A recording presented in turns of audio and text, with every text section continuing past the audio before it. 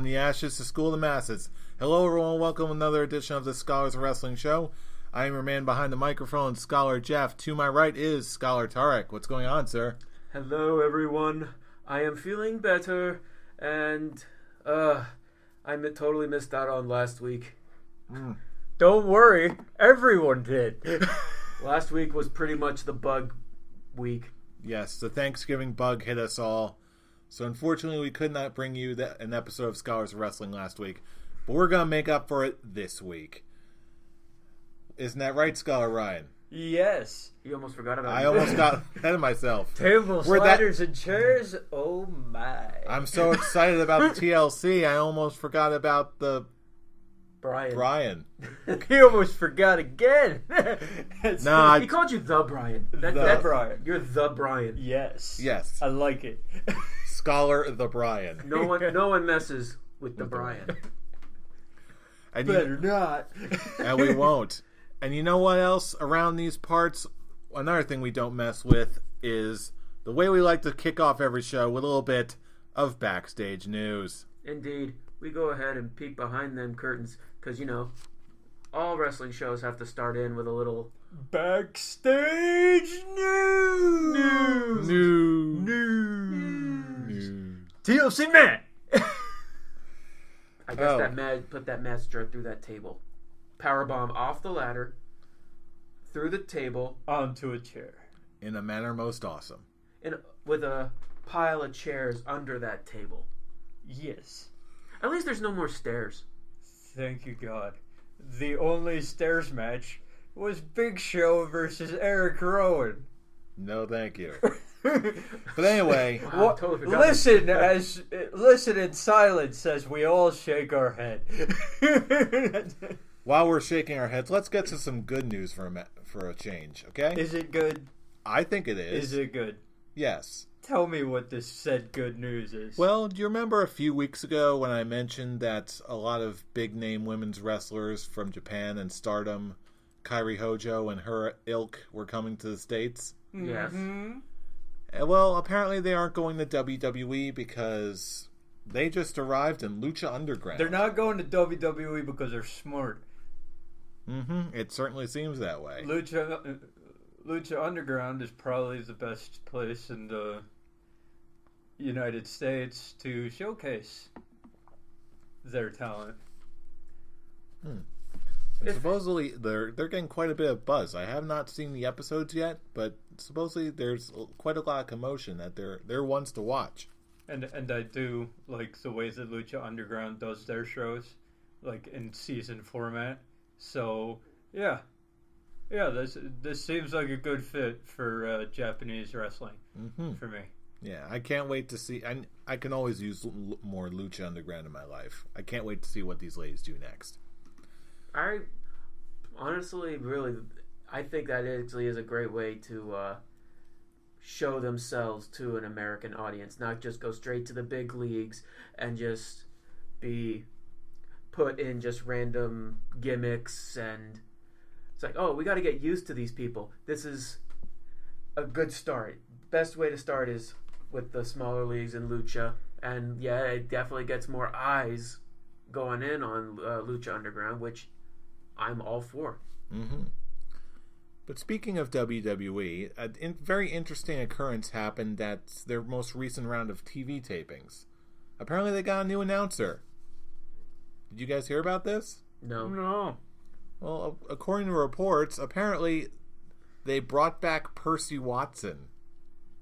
As an announcer? As an announcer. For which show? NXT. What?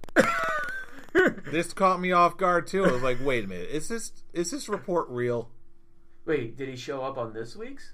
In this latest, not in this week's TV show, but this most recent round of TV tapings, which will probably air in the next couple of weeks. Probably, yeah. Huh.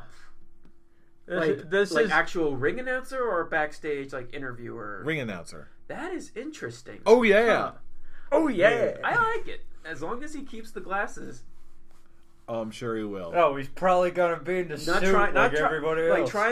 Obviously, he's still in the suit, looking like a professional ring announcer, But then you bring in the glasses, and so yeah, he's an interesting character. I'm just glad he's back. Wow. I can't wait to see what he does There's next. a flashback to the past. It's Jesus. very random. I remember absolutely loving Percy Watson, hoping he won. Oh yeah. Oh yeah. Oh man, I really hope this takes off and turns into something special. But I'll tell you what, if you want something special, we haven't seen anything yet. Because this one's just absolute insanity. What happens? Here's a riddle. What happens when you take New Japan's Kazuchika Okada, the Rainmaker, pair him with Mila Jovovich of the Fifth Element and Resident Evil movies, and Yu-Gi-Oh? You know what you get? The most random thing ever. If you're referring to a bizarre commercial from Japan for a card game, you got it. For a Yu-Gi-Oh card game commercial? It's not actually Yu-Gi-Oh, but it looks very similar to it. It's in that same vein.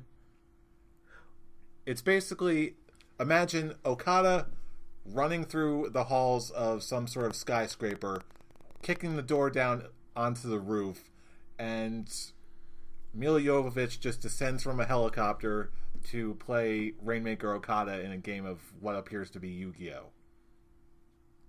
I don't know how to respond to this. What kind of acid was I on when you just described this? It sounds awesome. Okay, the commercial itself. Okay, but my mind is blown right now. Yeah, with just, I'm going to show you everyone who's within distance of my voice who can hear this. You all need to see this. If you're a wrestling fan, you just need to see this. I'm going to see if we can get this in a link in the description of this video. Guys, I'm going to show it to you after we're finished talking and recording this podcast, but it is absolute madness. It is. It sounds like madness. It is the best kind of madness. You have rendered us speechless. It's a very interesting combination. Besides, I'm not even that big a fan of Mia Jovovich. You gotta get her personal appearances out of the way because the last Resident Evil movie is coming out in January. So yeah, pretty much. So I understand her being in random ass commercials. Don't know why she'd be in a Japanese commercial. Japanese card game with a big star wrestler over there. Doesn't really make sense to me, but hey, hell, I'll do it for free. Your movie's coming out. Get some press. I don't think it's a plug for the movie, though. It doesn't seem that way. It's just a plug for her. Anything that has to do with Mia Jovovich in a helicopter, it feels to me like it's one of her action movies. I think that's what they were going for, and you know what? It's just words fail me. You just have to see it. Words fail everybody. Oh, you'll see it for yourself soon enough. But in the meantime, before we move on to the main event for tonight, we do need to talk very briefly about Survivor Series. Gentlemen, what'd you think of the show? Give me your ratings. As we said earlier in the show, we all had a case of the Thanksgiving bug, whether it was couldn't wake up from your food coma the night before or actually being sick. So, yeah, we couldn't say how good this show actually was, how surprisingly good this show actually was. I enjoyed it. I really did. And I didn't think that the match that I would enjoy the most would be the tag team elimination. Oh, that was beautiful. That was fun. Match. That match was one of the top contenders. It was more the reactions of the people who we were watching it with. Hell, and also the reactions from the crowd. Reactions from the crowd. Everyone was into it. It's like you would not think with the tag teams, at least on the SmackDown side, because you look at the Raw team and you look at the SmackDown team, and there are a couple teams on the SmackDown team that do not belong in the same. So it's like easy outs. First of all, you had the shocker of the New Day going out first. On the Raw side. On the Raw side. They weren't first in the match because that went to Breezango. Well, as it should have. But it's just the twists and turns that this match took, and like people were really into the last 5-10 minutes of this match when the Usos were by themselves. And then you have the gloriousness that is the main event. The glorious shock on everyone's face. That was bonkers. Including who we were with. Now, I'm not gonna say it was a perfect show, because it was not. But I feel fully fine with giving it a full beard.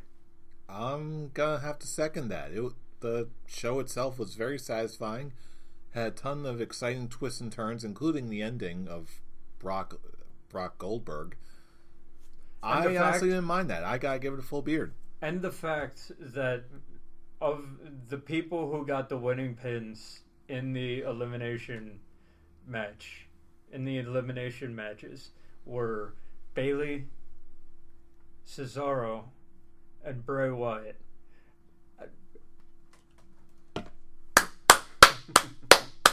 Yay!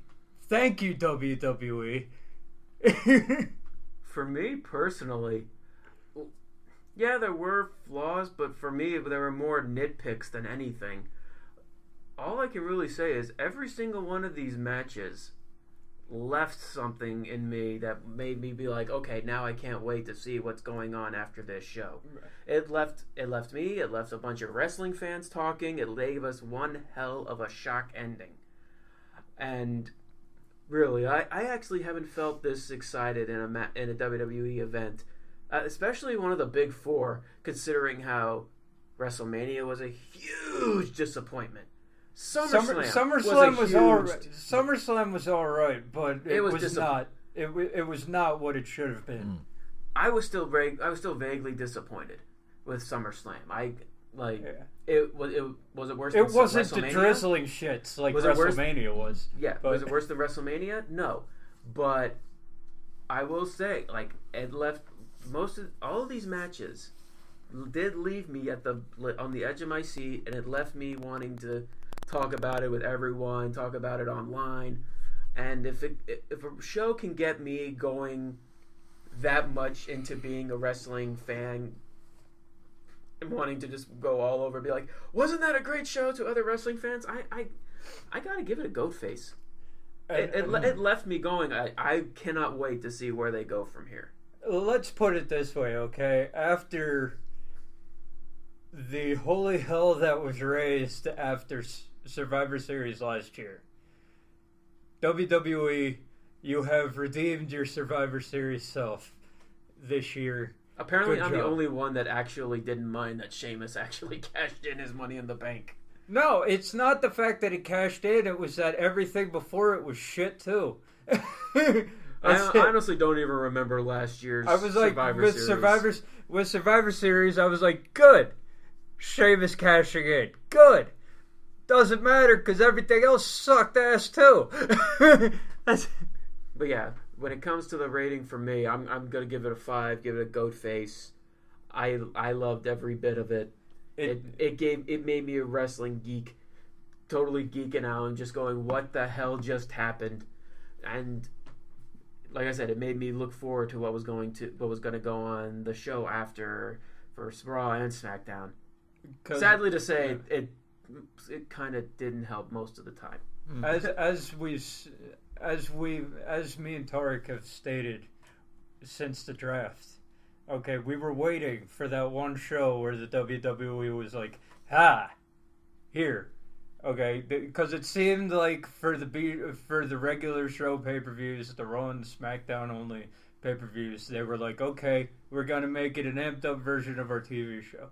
Whatever. This felt like a pay-per-view. for the first time since Battleground. I agree. So with the pay-per-view feel, it seems like it's as we stated. The WWE goes all in for their big 4 pay-per-views, and then you get the amped up TV show version of the B pay-per-views. So good work on Survivor Series. We'll see how TLC goes. Yep. Nice transition. Segue. And segue. Of course, this weekend, as you probably well know, is WWE TLC. Back to the 2-week separation of each pay-per-view shows, huh? Hey, if given what's coming up next month, I am willing to go there. But anyway, let's get right into it. First match on the card, we've got, probably not going to happen first, but let's see. We've got Heath Slater and Rhino versus the Wyatt family, specifically Bray Wyatt and Randy Orton. I'll say Guys, this who do you right got? off the bat, and then you can just end my statement here. If Heath Slater and Rhino win this match, the WWE could go fuck themselves. Everybody gets one. So you're saying that there's a chance? I'm saying up, that Jeff. there's a chance. Yeah! What are you talking about? So you're saying Wyatt family, easy. Like I wouldn't be surprised if this was a complete squash. I wouldn't say complete squash, but I definitely agree with you. The Wyatt family are due, especially given the directions that they can go with this. Plus, Bray Wyatt needs something. He does. I'm gonna second Jeff with this one. I wouldn't go complete squash either, because come on, it's Rhino. Heath Slater, sure, he'll get his ass handed to him, and then It's of course Rhino, but it's also Bray Wyatt and Randy Orton together. Yeah, but we all, That's it. we all know most of the beatdown is going to be happening to Heath Slater, and of course we're going to get the hot tag for Rhino, and he's going to do that typical hot tag bullshit that WWE tends to do, but yeah, it's obviously going to be the Wyatt family. Granted, yes, Bray Wyatt is due. But I honestly wish his first title would be particularly a singles title. Not necessarily the world title, but a singles title. I just love what they're doing with Randy Orton and Bray Wyatt. Pretty much the Wyatt family in general. I was skeptical at first, but hell, after the second week, after their formation, I'm just like, you know what? It actually works. I like it. And it just is slowly evolving, and it's something that the Wyatt family desperately needed. They needed a former 12-time world champion to fall into their ranks and be like, you know what? These guys are a big deal. They needed a brainwashing story that actually took. They tried it. What the funny thing is, I wouldn't even rank this as a brainwashing story. I look at this as looking back on all of Randy Orton's history, on everything he's done, the Apex Predator, the Legend Killer, the RKO out of nowhere, punting Vince McMahon in the head, RKOing Stephanie with Triple H handcuffed on the apron and kissing her on her forehead, pretty much being a master of man games himself. This actually works. Seeing where Randy Orton can go is like, and seeing how his character has evolved, and looking at how much Randy Orton and Bray Wyatt was respecting each other in their promos before the formation, I actually think it makes sense for a character like Randy Orton to join up with the Wyatt family. So yeah, I wouldn't consider it a brainwash. I just look at it as a man seeing something that can fit into his character. Granted, it's probably gonna be like the Apex Predator weakening, like separating his prey, throwing a little vibe in the breaking of Bray Wyatt and Luke Harper, since what they're doing is showing Luke Harper is kind of skeptical with Randy Orton, which I actually do like. That's why a part of me actually kind of wished that Bray Wyatt would be like, I'm going to have Luke Harper take my place, because we need a strong alliance of all of us, and the best way to do it is with Luke Harper and Randy Orton being a team. But if Luke Harper goes into the match, then they lose. I wouldn't even say... No, it would. I highly doubt that. See, because it's a way for the Wyatt family to be a full unit, to be a legit threat. I understand where you're coming from. However, okay, if you look at the last couple of weeks with Luke Harper and Kane, Bray Wyatt and Randy Orton have set Luke Harper a task, and he's failed. Okay, I just feel like if they try to bring that storyline, if they try to do that, they're going to bring that storyline back, and Luke Harper's going to be the reason why said alliance, air quotes, of Luke Harper and Randy Orton fails. I feel that. With how much they've been building up the Wyatt family, I feel the only way that they come out on top with the tag team titles is if it's Bray and Randy, which is what it should be in the first place. Because I feel like they're gonna have Harper versus Kane again on the pre-show. So I don't think they're gonna. Here's hoping that they don't. I don't think they're gonna do that again. Anyway, but I see where you're going with that, but I just don't agree that it's like if Harper is in it, they automatically lose. I don't see that. I see that as basically as a way of Bray Wyatt's like, trust me on this whole ordeal. But yeah, it is a better idea for Bray Wyatt to be in this match because Bray Wyatt gets the pin. Bray Wyatt's the star. The one, yeah. But Randy Orton is in this storyline to put Bray Wyatt over, which is why Bray Wyatt's gotten all the pins in all the tag team matches and the elimination matches, even though Randy is doing most of the work. So I just feel like, yeah, you have a good idea, but run with what you got. Well, and this is the time to do it. And Bray and Randy get Bray to win the tag team titles, and have him get the winning pin.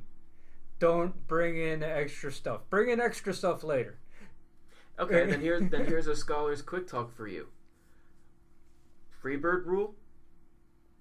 I think they'll probably gonna do it that way. That would be a good way for them to It would be a good way. Team. It would be a good way, but they've also been kind of doing that with the New Day. So why not do it again? So why not keep a good thing going with the Wyatt family? Because it wasn't a good thing with the New Day. I think it's a good idea. I like it. I think it's a good idea, but not the way that it's been used recently. Again, now we're sort of getting ahead of that's ourselves. A different argument. I disagree with that, but that's a different argument for another time. Yeah, we're going to get a little ahead of ourselves. First, let's see what happens on Sunday. In the meantime, we got more matches to talk about, including Kalisto versus Baron Corbin in a chairs match. Gentlemen, what do you got? What I want it to be is Baron Corbin showcasing his dominance. What I fear it's going to be is Kalisto in the Rey Mysterio role. As a giant killer? As a giant killer. And the way that the match ended on SmackDown makes me believe that, yes, Kalisto will be given the Rey Mysterio giant killer gimmick, and Kalisto comes out on top. Fool, what do you got? I've been thinking about that too. Thinking of just how their booking wise goes with like the one who comes out on top is the one that usually takes the pin.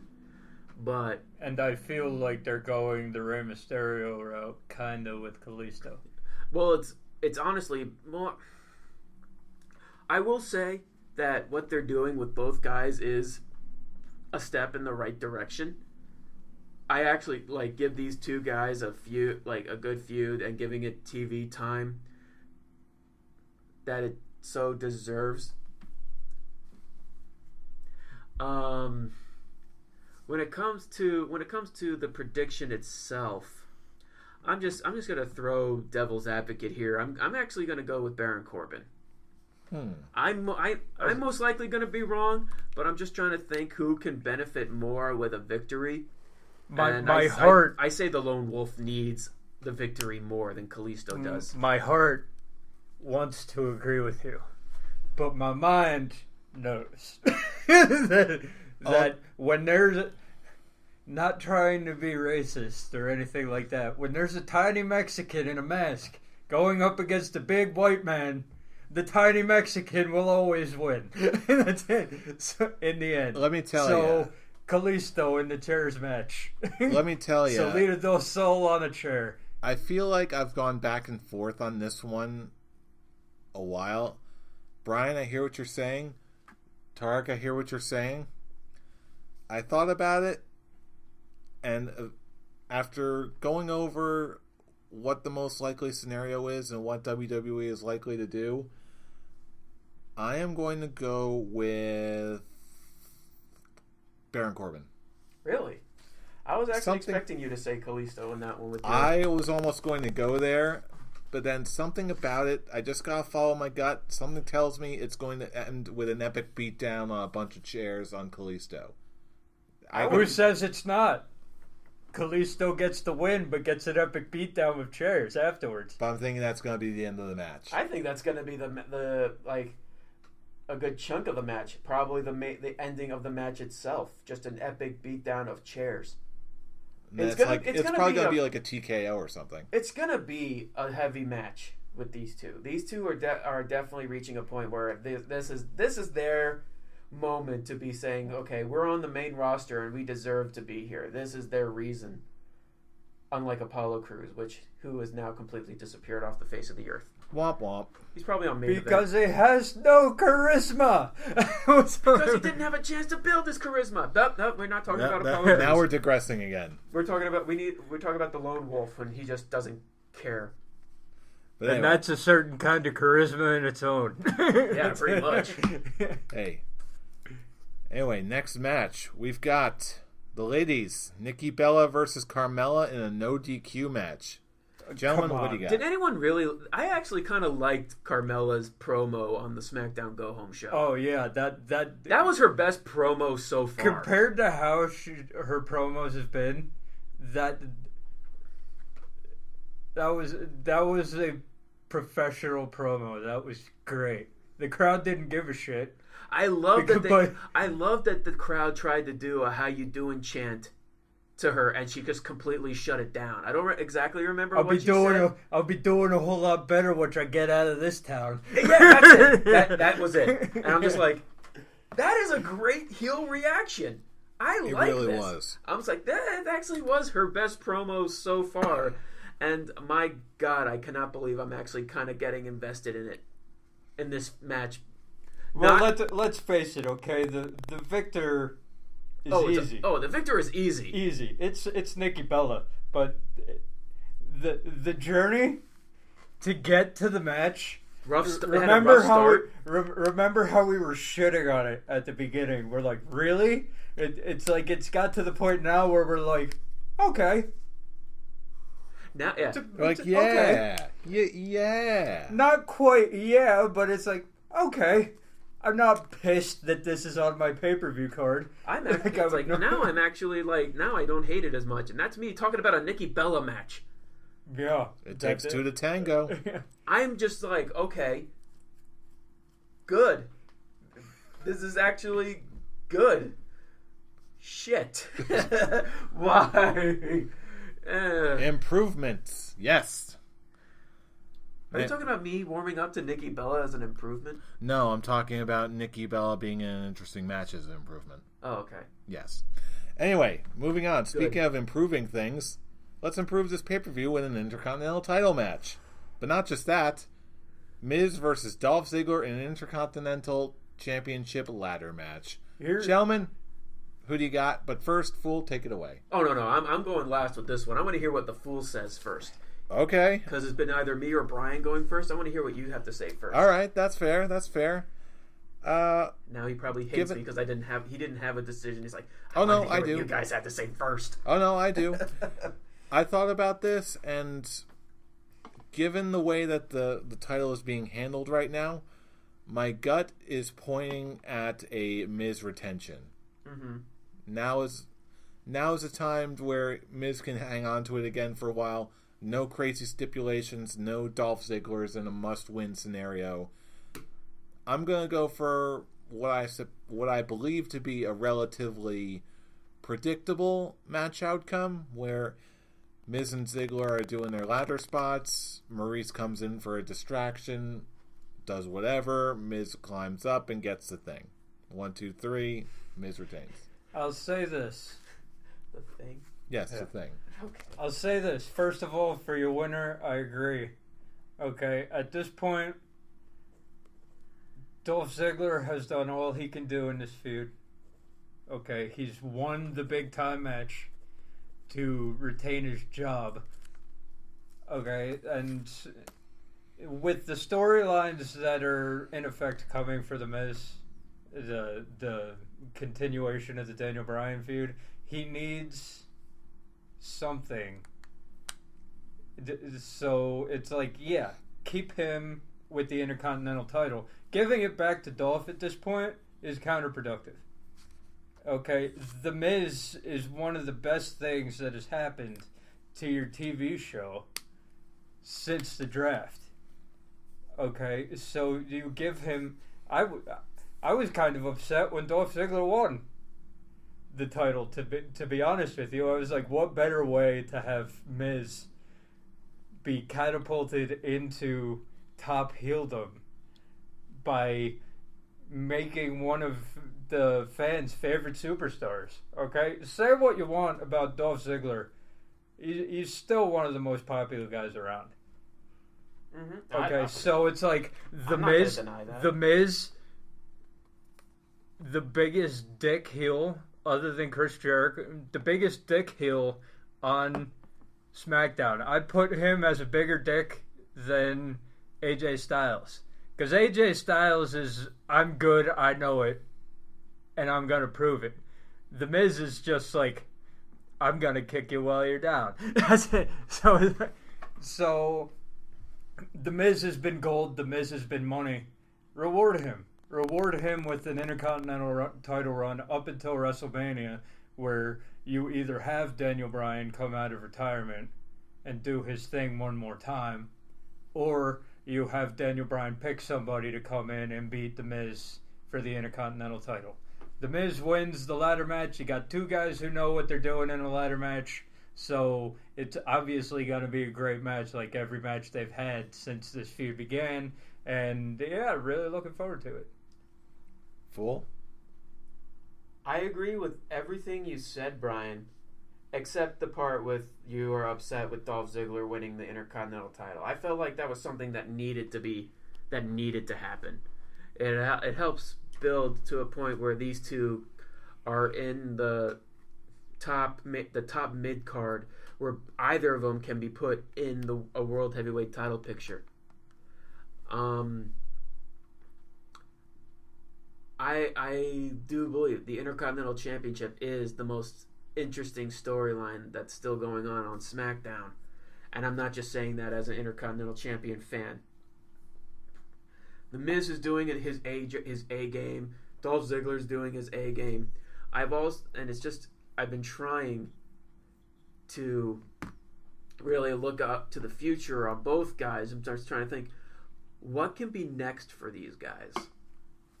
And both of them do have good opportunities because like I said, with Dolph Ziggler winning, we can have a new up and coming heel be one who could be challenging for the Intercontinental Championship to help legitimize that character. But there's also The Miz, who, as you said, Brian, is his continuing feud with Daniel Bryan, which I 150% agree. It is going to continue on until WrestleMania, and yet I don't think he's coming out of retirement, but he's going to be the manager for someone at WrestleMania. And with how everything's going now, again, I don't want you both. I see your grins. I'm not just saying that because I got a huge man boner for this Cesaro. Man. Yes, it's gonna be Cesaro. Really? Look, I'm gonna defend myself. I'm gonna defend myself here. Don't give that look. Stop it. You've seen Cesaro posted how unhappy he is on Raw. He even was pissed off that they had a Swiss poster for a Switzerland show and he wasn't on it. Hell, they had Xavier Woods on it twice. with a little Xavier Woods face going out of his arm. I'm not lying. You actually look at that poster and it actually does happen. I'm going to show you that later. Yeah, please do. And even Daniel Bryan will continuously go on Cesaro's Facebook page, not Facebook, his Twitter, and say, on SmackDown, you would be treated a whole lot better. You would be treated as a guy who'd be on the poster every single time. Not just on a Switzerland poster, but on every poster. You would be a top draw. You will not just be put in a tag team with Sheamus, which, yes, I do like, but after what happened on Raw, I both loved it and I hated it. But I'll go into that one for a separate discussion after the predictions. For me, I think a match with The Miz and Cesaro at WrestleMania with Daniel Bryan in Cesaro's corner and Maurice in Miz's corner would be a WrestleMania draw. So you're still going with Miz then? So I'm going to go with Miz. I will be happy with either of them winning, but in the long run, I do see The Miz walking out with this one just so because a feud with the general manager or Shane McMahon's the commissioner. I keep getting that wrong myself. Okay. General manager. Yeah. I see that one being a bigger storyline and actually be a way to help continue this epic build of prestige that will be put back on the Intercontinental Championship and on The Miz, and in the hopefully now I'm actually kind of pulling the fanboy in this one, but like I said, I defended myself with Cesaro. Alrighty then.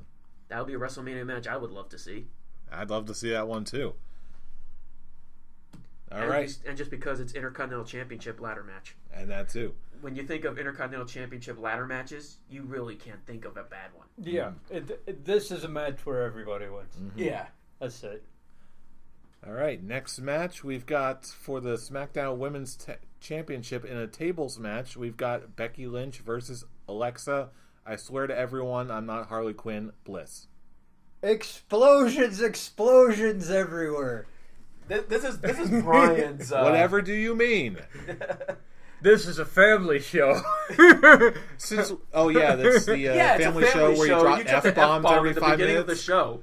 Yeah.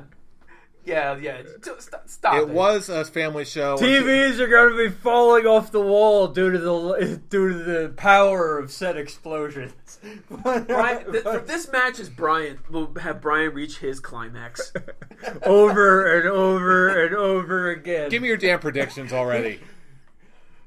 As much when this feud started, okay, I wasn't sure, But Alexa Bliss has turned into such a quality heel that I see her being easily champion in the future. Not yet. So you're going with Not Becky? yet. I'm going with Becky Lynch. Basically, going off of the... Becky Lynch was the one put through a table to make the tables match. Therefore, Becky Lynch will put Alexa Bliss through a table in said tables match.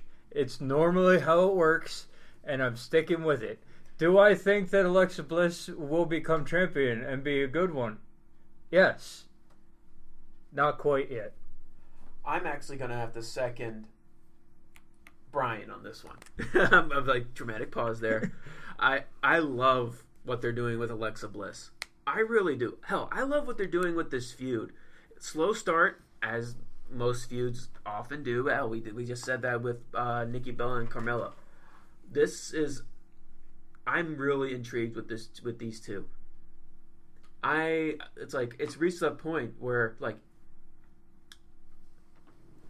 I love these two are reaching that point of being up and comers, and the SmackDown Women's title is actually getting, legitimacy.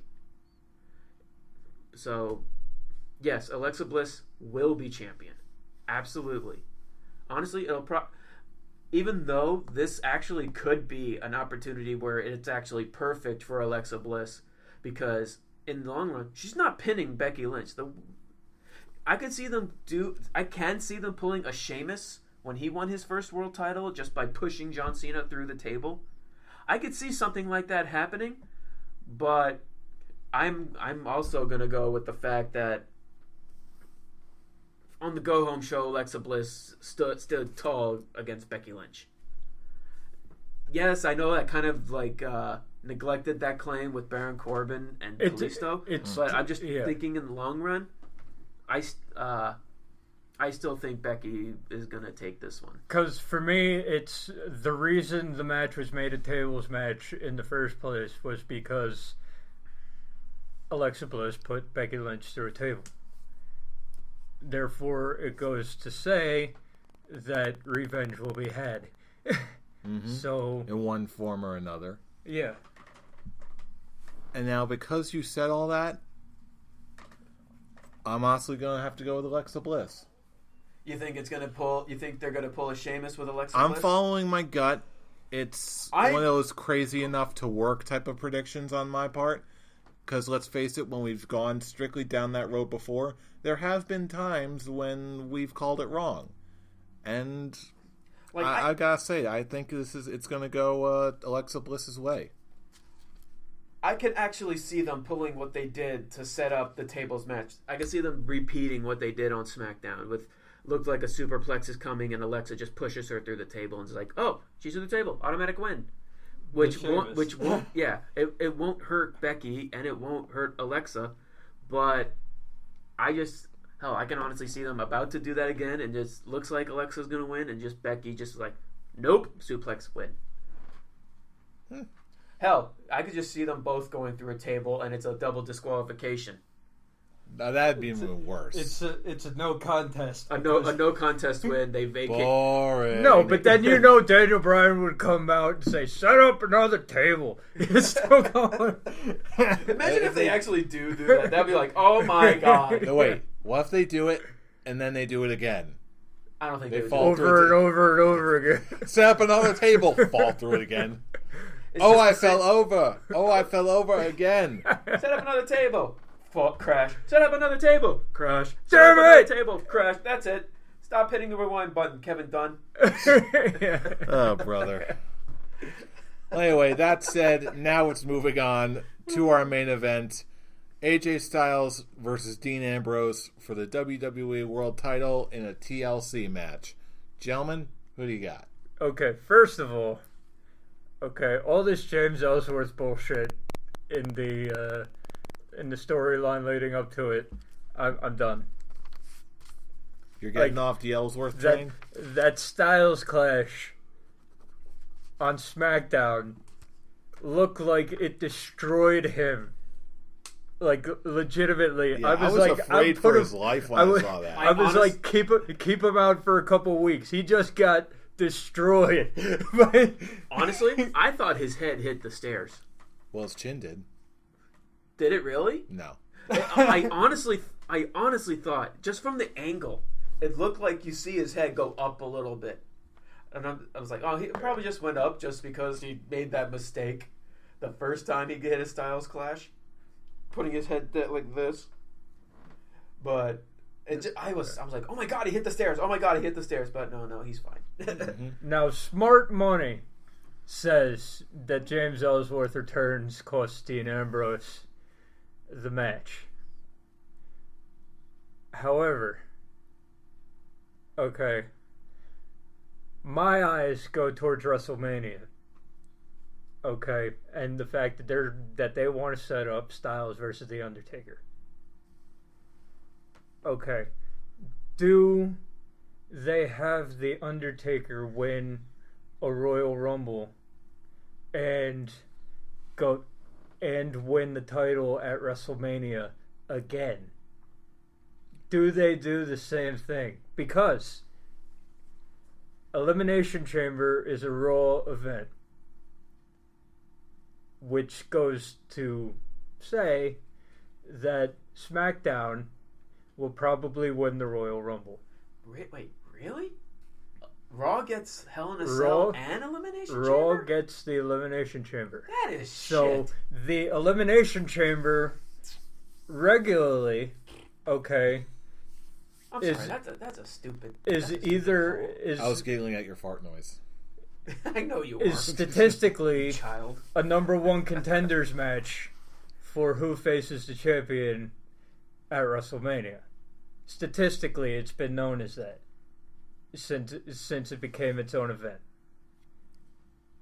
When it wasn't held at like Survivor Series or New Year's Revolution or anything like that. A lot of number one contender matches.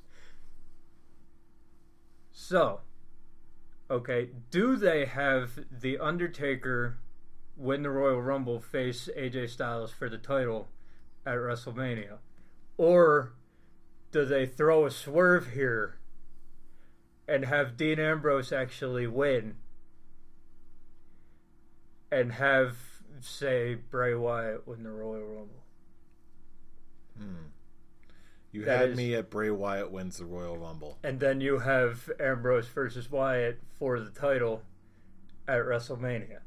Now, AJ Styles versus The Undertaker at WrestleMania for the title is an awesome match. Okay, awesome match idea. However, we have seen the build-up for an Undertaker title match at WrestleMania before with winning the Royal Rumble. Okay, do I really want to see it again?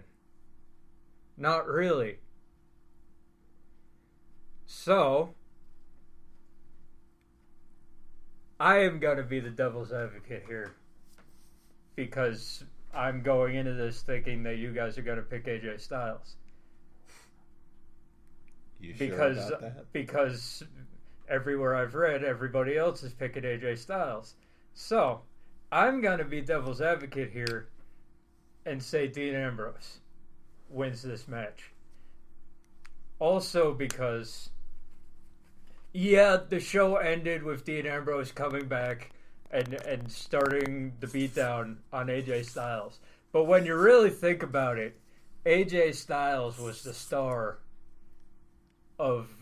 AJ Styles beat the shit out of everybody in that ring on SmackDown.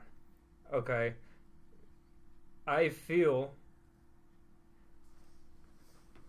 there's always the shot that Ellsworth comes in and costs Dean Ambrose, like everybody's been saying, which everybody's been predicting since Dean Ambrose took James Ellsworth under his wing and won him the contract. But I'm like, it's the time of the year where WWE throws swerves and changes titles. So you're going I'm Ambrose. gonna be ballsy. I'm going Ambrose. Fool? You're gonna have to go first because I'm honestly still undecided. Okay, it's gonna be another one of those. All right. This is honestly the hardest match for me to decide. I'll tell you what. After hearing your prediction, I'm gonna have to go with AJ Styles. That was very douchey of you. I'm excelling. I'm working my way up the ranks. Will I be angry if AJ Styles wins? No. I just think. Who would? Oh, in all reality, here's my prediction. Not only is it likely, but as awesome as all those scenarios you were describing sound, it's going off of a lot of different assumptions, and that's looking too far in the future for me. I can only work with what I'm seeing a little bit. Fool? Tag, you're it. Apparently. Tag. Okay.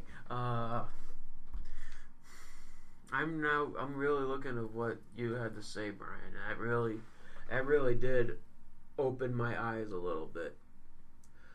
But I'm also just how Dean's been booked these past couple weeks. I'm sorry. Couple weeks, ever since the feud began. I'm just talking about specifically when after the event after Survivor Series, when he just kept showing up against Shane McMahon's wishes. I liked it until he came back as a carny or Mountie. Carney. I don't know why I thought when he came in, I didn't. That was the only one I really didn't like, when he was dressed up as a Mountie.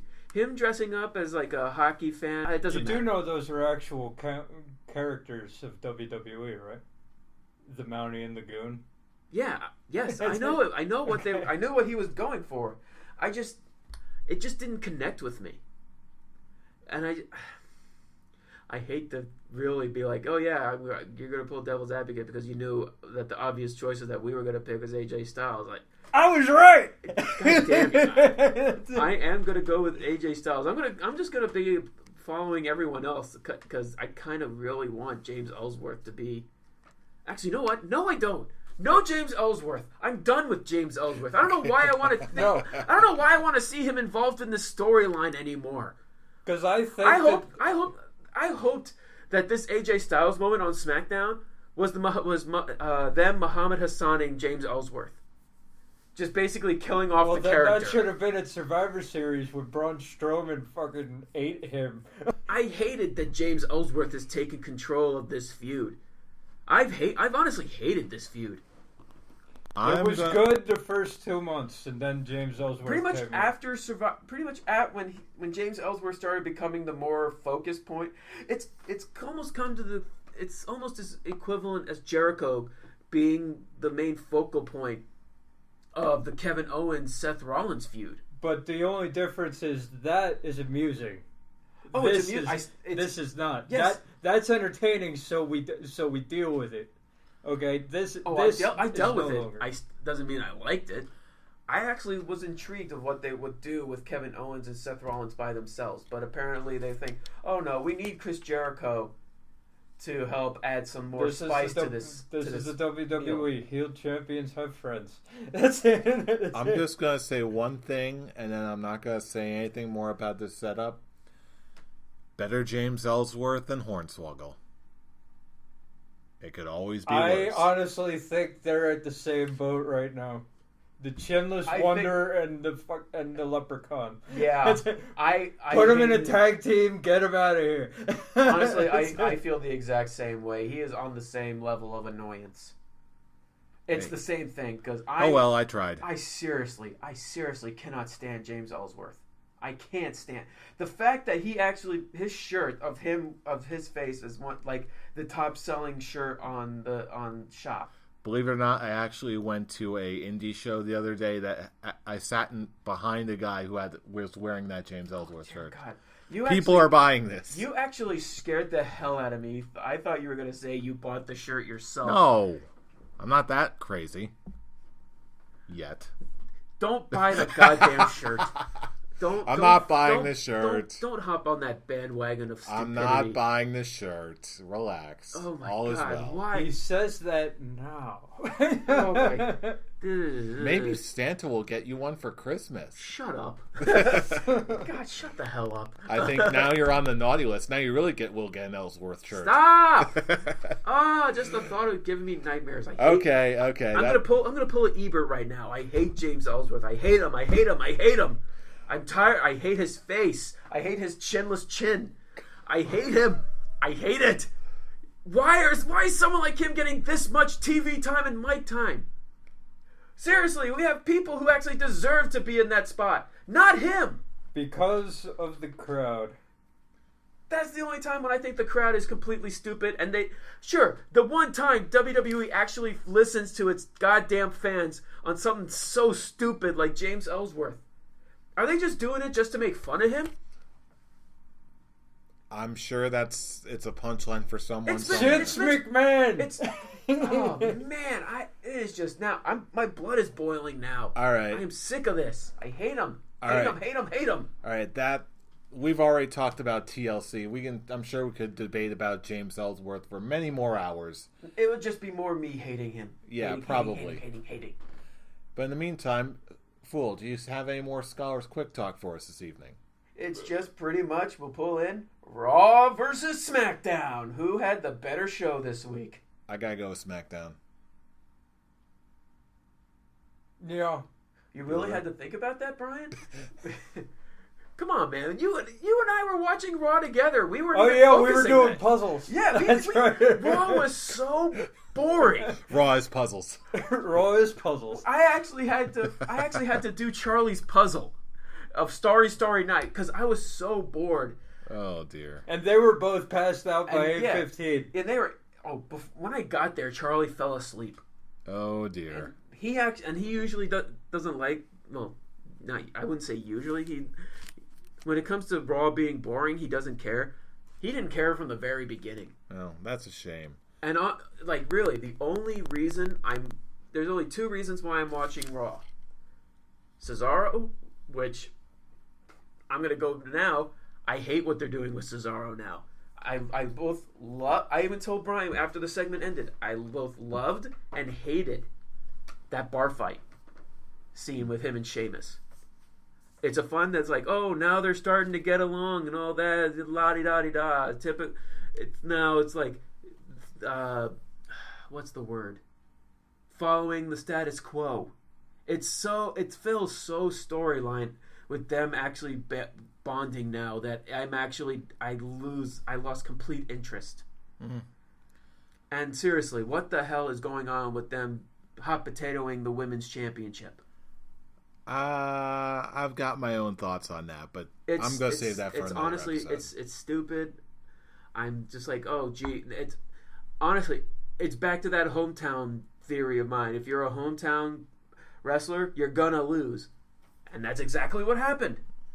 And now you had Ric Flair raising Sasha's hand. I'm sick and tired of Sasha versus Charlotte. It's like, oh, these two are the best. They keep getting in the best matches. Hell in a Cell, the first ever women's Falls Count Anywhere.